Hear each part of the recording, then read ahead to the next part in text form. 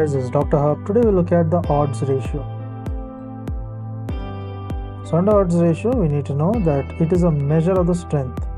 So we measure the strength of association. So you get to know the strength of association, and this will be between what? Between the risk factor and the outcome. So it is between the risk factor and the outcome, and it is in case of the case control studies.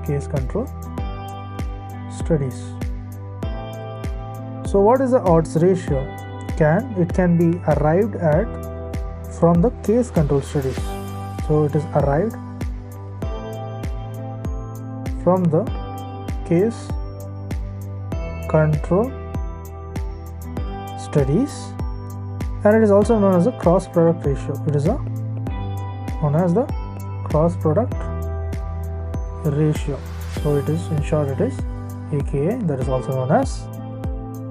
There is a representation of the odds ratio is given in the diagram that we'll be drawing it. So odds ratio, how is it formed? So by definition it is A by B divided by C by D. So when you change division to multiplication, you change the numerator and denominator, you cross multiply, so it becomes the AD by BC. So let's write it down so there's a clearer understanding. So we call this cancer and we call this exposure. So there is a yes and a yes and no and a no. So let's draw the graph.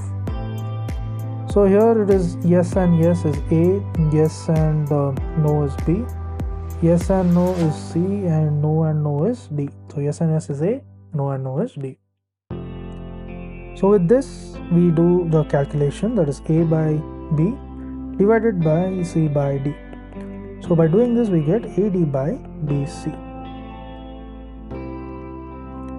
So let's find the inference. So if OR is less than 1, what does this do? It indicates the possible protection. So it indicates a possible protection, and there is a negative association. And this is as the frequency of exposure is lower among the cases and controls. So the frequency of the exposure is lower among cases than control. Next is in case of the OR is equal to 1. So in such case it indicates no association. So there is no association. This is of the risk. So there is no association of the risk with that of the exposure, or the event is equally likely in both groups. So it is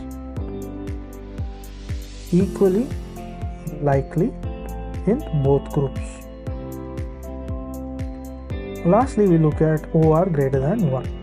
So in case of OR greater than 1, it indicates the increased risk.